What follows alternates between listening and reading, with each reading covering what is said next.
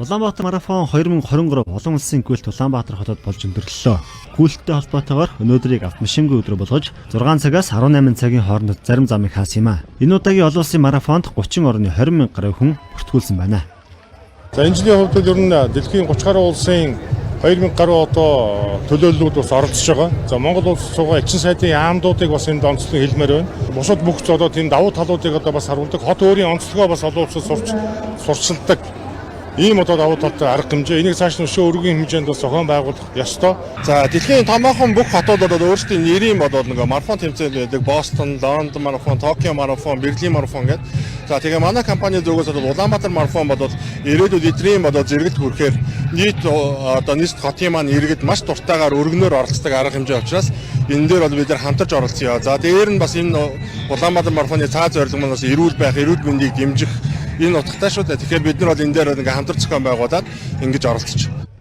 Энэ жил гадны улсын 10 орчим шилдэг тамирчин Монгол улсыг зорин ирж 10, 21, 42 км-ийн зайд мэрэгжлийн тамирчидтай өрсөлдсөн юм а. Манай улсын шигшээ багаас гадна хөнгө атлетикаар хичээлдэг 200 орчим тамирчин Улаанбаатар марафонд оролцлоо. Гүйлтийг бүтэн болон хагас марафон төрлөөр зохион байгуулж 1.5-аас 5 км-ийн зайд оролцогчид гэр бүл болон хамт олноороо гүйсэн юм а. Харин шинээр хөгжлийн бэрхшээлтэй иргэдийн гүйлтийн төр төвнөсөн байна. Хөнгө атлетикаа зүгээр энэ жилдээ зүгээр гүйж байж байгаа. Уг нь бол би сагсаар хичээлдэг. Манай эгч хоёр оролцож байгаа. Тэгээд дүү маань оролцож байгаа. Би хэл хамгаалах ерхий газрын арай хилийн зэрэг 0-9 51 дүрээр ингээд ажилладаг. Хилчийн спорт орны тамирчин. Энд би 8 дахь жилдээ орж байна. Ойрын зам буюу 5000 м-ийн зайд ороод 3-т орлоо. Өдөрлөг болгон зохион байгуулсан энэ арга хэмжээнд спортын чиглэлээр үйл ажиллагаа явуулдаг байгууллагуудаас гадна олон улсын байгууллагууд, уул уурхай, банк санхүү, худалдаа үйлчилгээний байгууллагууд оролцлоо. Бидний энэ гол аяны зорилго, энэ асартын зорилго гэвэл нөхөх умаа үзүүний хорт авдраас урьдчилан сэргийлэх хүмүүс мессеж өгөх. Тэгээд үүгээрээ дамжуулаад бас энэ өвчнөр өвдсөн хүмүүст хандив тусламжийн аяа өрнүүлэх.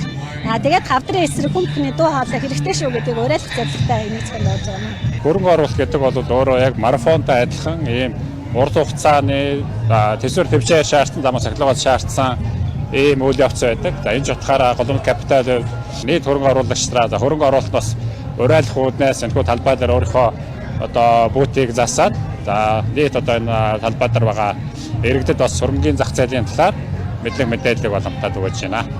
Энэ арга хэмжээнд 100 гаруй аж ахуйн нэгж 500 гаруй сайн дурын ажилтан оролцжээ. Улаанбаатар марафонд оролцогчдын тоо жил бүр өсөж байна. Анх 2014 онд 16 мянган хүн оролцсон бол 2019 онд 32 мянган хүнийг хамруулж байжээ. Нийгэмд эрүүл идэвхтэй амьдралыг таниулах зорилготой энэ арга хэмжээ нь дэлхийн чансаа өндөр тамирчдын зорж ирдэг гол тэмцээний нэг болж байгааг онцолж байлаа.